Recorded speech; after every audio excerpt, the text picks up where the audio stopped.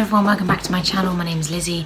If you haven't clicked on my videos before, I'm a mum of 3 and a wheelchair user, and this is part 6 in my switching to PIP diary. So that's personal independence payments, changing from DLA, which is disability living allowance. Excuse the noise in the background, I've got 2 puppies playing with a very weird sounding squeaky toy. So yes, this is the final video because the good news is that they said yes. And I have been awarded PIP. I've been awarded the enhanced rate for both the care component and the mobility component, which is brilliant news. I was so apprehensive about if I'd get standard rate or enhanced rate, or I had higher rate on the DLA as well. So really good news. It kind of feels like, although it's brilliant news and I kind of don't have to fight or ask for a reassessment or ask for an appeal or anything, it's a bit weird that I don't have to do anything else now, and it's kind of like, oh, I was expecting to have to fight a bit for it, because I've heard so many bad stories of other people not being given it when they should have been. So I thought I'd read you my scores, because there's like different sections based on the form that I had to fill in, the how your disability affects you form. So the daily living, preparing food, I scored 8 out of 8. Eating and drinking, I scored 10 out of 10. It's like an exam, yay me. Managing your treatments, I scored 1 out of 8. I failed that one. Washing and bathing, I scored 4 out of 8, which I was kind of a bit surprised at, because that's only kind of half the amount, and I kind of feel like I do need a lot of help with washing and dressing, but washing and bathing, sorry. But there we go, it's still enough, I suppose. Managing toileting needs, again I only scored 4 out of 8, which again I kind of thought I kind of need help to go to the toilet in all aspects of that pretty much.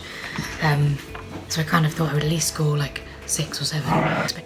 Dressing and undressing, again I scored 4, which I was kind of expecting to score a bit higher, but at least it was enough.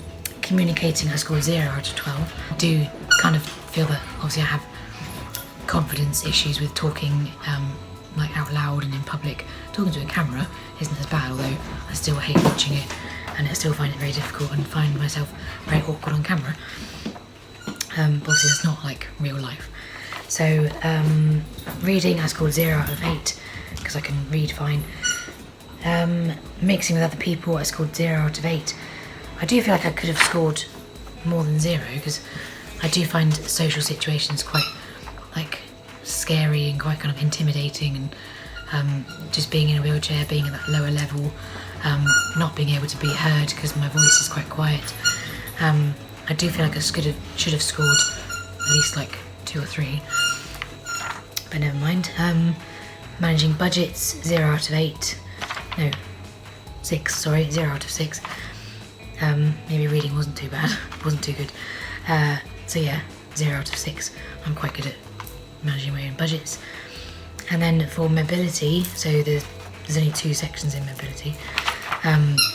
Planning and following a journey, I scored 0 out of 12, which I thought I would have scored a few points in that. Although I can kind of plan a journey, I don't feel like I'm safe to be out on my own like all the time, because I get approached by strangers, weirdos, just either wanting to help and not really needing to offer help, or kind of just wanting to know my life story when I'm just, looking at something in a shop. But there we go, 0 out of 12. Moving around, out of 12, I scored 12. Yay! So yeah, I'm not surprised I scored 12 out of 12, because I can't walk, I can't stand up. So yeah, so that's basically all of my scores. That's the end of this video diary. That was the decision they've made, and it says that they won't be making any kind of follow-up reviews until 2028, so another 10 years from now, which is really good. So it's not like, I had no idea whether it was like a yearly thing or 5 years or what. So that's good that it's at least 10 years that I can kind of relax and not have to worry about being reassessed. So that's it for now. If anything does change, obviously I'll keep you updated on this channel, and obviously my disability does progress quite a lot year on year. I find myself weaker and less capable each year.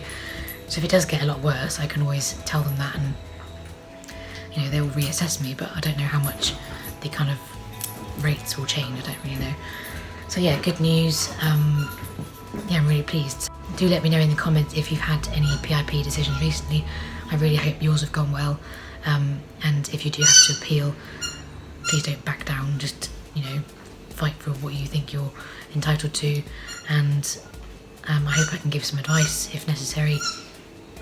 And yeah, please don't forget to subscribe if you haven't already, and give this video a big thumbs up and share it with any fellow disabled people or people who are going through a PIP switchover. And yeah, I will see you in the next one. Bye.